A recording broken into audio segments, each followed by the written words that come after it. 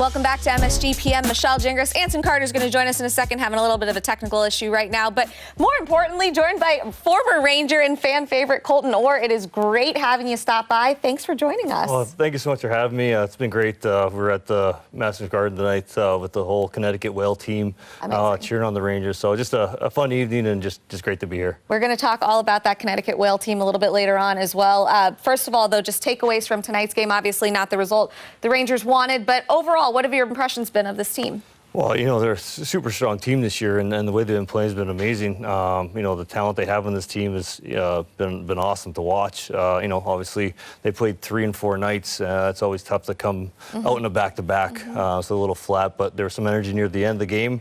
You saw that push, and yeah, you know they're going to be able to turn it around from there. Emotional matchups as well, playing both the Capitals, which obviously there's some history there from last season, and then the Penguins on the road and the way they battled that game as well. So I feel like, you know, you always want to get up for every single game, but 3 games in 4 nights, it's a lot. It's tough. It is hard to get up to, and like I said, those back-to-backs can be tough, and you got to find a way to get back into it. You know, they fell a little flat tonight, but I don't think there's too much for concern. All right, and the good news is Anson Carter is back with us as well, so that's great. You guys will have a chance to catch up, and I know you have some Battle of the Blades. You both participated in that, so I want to ask you about that too. Ace, do you want to take it away? You want to start this one off?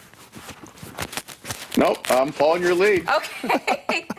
All right, so let's start with your life after hockey. Obviously, you mentioned that you're coaching the Connecticut Whale team now, so you've been doing that since 2019.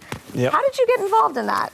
So this is my 3rd year coaching the Connecticut Whale, and so actually my next teammate, Paul Mara, was the one who kind of reached out to me and was telling me about the league and telling me that'd be a great opportunity to get involved in. So I took an opportunity to go coach the Whale, and you know, I have had so much fun doing it and really enjoyed my time with them. And you know, this season's been super exciting. We're 2nd place in the standings right now. We're on an 8-0 run in our last 8 games, and we just got a really good group of players that are really kind of committed to this team, to the league. We just continue to grow and have fun doing it as well. Was this your first, I guess, soiree into coaching, or have you coached before this, or is this the first team you've been? No, this is really my first experience coaching. Wow. So, you know, we're all kind of growing together as a team, as a league, and it's been a lot of fun, and I'm really enjoying it. And I think, you know, the players make it fun, make it enjoyable to go to the rink and coach them every day. Absolutely.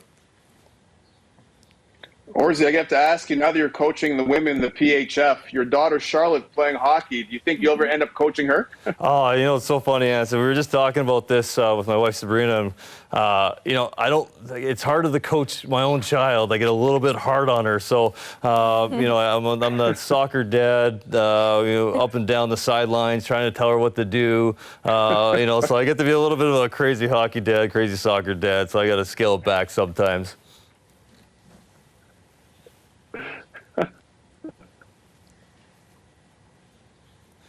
So you've been coaching the Connecticut Whale now since 2019, and I know this team, you know, you just mentioned a ton of great things about these girls. What's impressed you most about them as your head coach, and also just their dedication to the game and growing the game? And they're so tough, not only on the ice and the way they play physically and how hard they play, but off the ice as well. A lot of these players have full-time jobs, so they have to balance that. And, you know, as a coach, I ask a lot out of them, and as a staff, we ask a lot, you know, for them to compete and train and work hard. They're professional hockey players, so to be able to balance that and to mentally be able to do the, you know, work and play hockey and compete as hard as I do is absolutely amazing to watch. And that's why it's so much fun to be a part of, because how hard they work and how dedicated they are is just amazing. Have you seen the game just grow even in the few years that you've been a head coach? Oh, it's grown tremendously. You know, just looking at the league right now, and the Board of Governors of the PHF just invested $25 million over the next 3 years. Wow. The salary cap's going to jump up to $750,000 next year.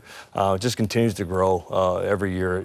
So it's really been great to watch and how popular it's getting. And you know, like I said, my daughter's 9, and she's a huge fan of the game, and it gives her something to look up to and possibly be one day. Yeah, absolutely.